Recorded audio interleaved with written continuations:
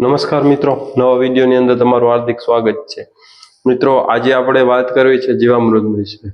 કેમ કે ઘણા બધા ખેડૂત મિત્રો હશે એ જાણતા નહીં હોય, જીવામૃતનો ઉપયોગ કર્યો હશે તે છતાં પણ આ વસ્તુ નહીં જાણતા હોય।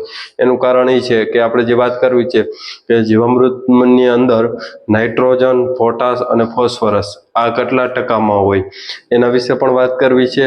અને ત્યારબાદ આપણે જીવામૃતની અંદર નાઇટ્રોજન, ફોસ્ફરસ અને પોટાશ આ કેટલા ટકા હોય છે એ વાત કરવી છે। અને આપણે જે જીવામૃત બનાવે છે તો એ કઈ રીતના બનાવવાનું અને પિયતની અંદર અથવા સ્પ્રે કરો તો કઈ રીતના એનો ઉપયોગ કરવાનો, એટલે ખાસ એના માટેનો જ વિડીયો છે। એટલે મિત્રો, વિડીયો જેમ બને એમ આખો જોજો કે જેથી કરી પૂરી માહિતી તમને મળી જાય।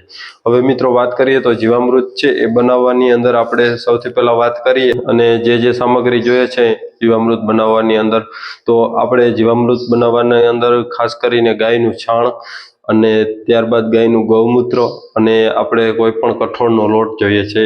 અને ત્યારબાદ આપણે વડની માટી અથવા કોઈ પણ ઝાડની માટી કે જેની અંદર રાસાયણિક ખાતર અને પેસ્ટિસાઇડ દવાનો ભાગ ના હોય, માટીની અંદર ક્યાંય ના ગઈ હોય એવી માટી જોઈએ છે।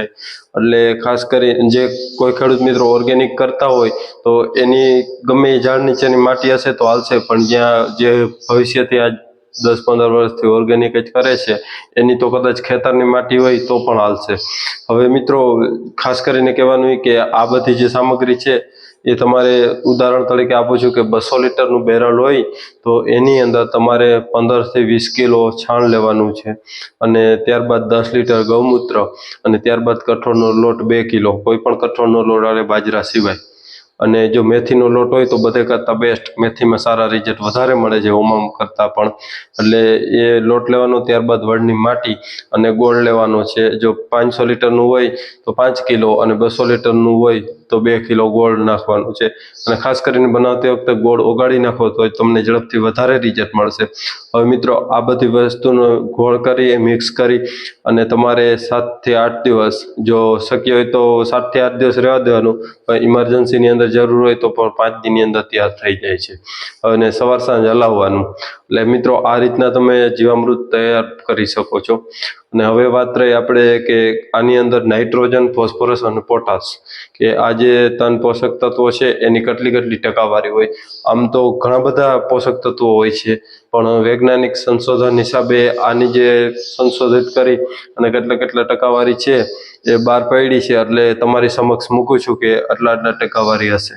આની અંદર નાઇટ્રોજનની ટકાવારી છે એ 0.90 અને ફોસ્ફરસની છે એ 2.98 અને ત્યારબાદ આપણે પોટાશ 1.38। આ રીતના જીવામૃતની અંદર આની ટકાવારી છે। એટલે ઘણા બધા ખેડૂત મિત્રો છે એ યુરિયાનો ઉપયોગ કરતા હોય એની જગ્યાએ કાયમી માટે જો જીવામૃતનો ઉપયોગ કરે તો એને યુરિયા, ડીએપી અથવા કોઈ રાસાયણિક ખાતરની જરૂર રહેતી નથી। એટલે ઘણા બધા ખેડૂત મિત્રોને ખબર નહીં હોય કે આમાં આટલા ટકાવારી છે નાઇટ્રોજનની આવે છે। આમ તો અઢળક પોષક તત્વોથી ધરાવતું આ જીવામૃત છે, પણ ઘણા બધા ખેડૂત મિત્રોને ખ્યાલ નહીં હોય, એના માટે ખાસ આપણે આ વિડીયો બનાવ્યો કે આ રીતના જીવામૃત બને અને એમાં આટલા જે પોષક તત્વો છે એની ટકાવારી હોય નાઇટ્રોજન, પોટાશ અને ફોસ્ફરસની।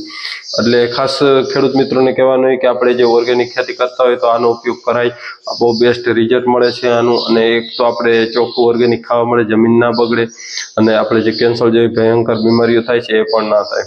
એટલે જેમ બને એમ આવી ઓર્ગેનિક ખેતીની આપણે વધારે ઉપયોગ કરીએ તો આપણા માટે, સેહત માટે પણ સારું રહેશે અને આપણા દેશ માટે પણ સારું રહે। એટલે ખાસ એના માટેનો જ વિડીયો હતો। અને મિત્રો, કોઈ તમારો પ્રશ્ન હોય તો આપણું વોટ્સએપની અંદર ગ્રુપ છે, ગ્રુપની લિંક ડિસ્ક્રિપ્શનમાં, ત્યાંથી તમે ગ્રુપમાં જોડાઈ જાઓ અને વધુ માહિતી પૂછી શકો છો।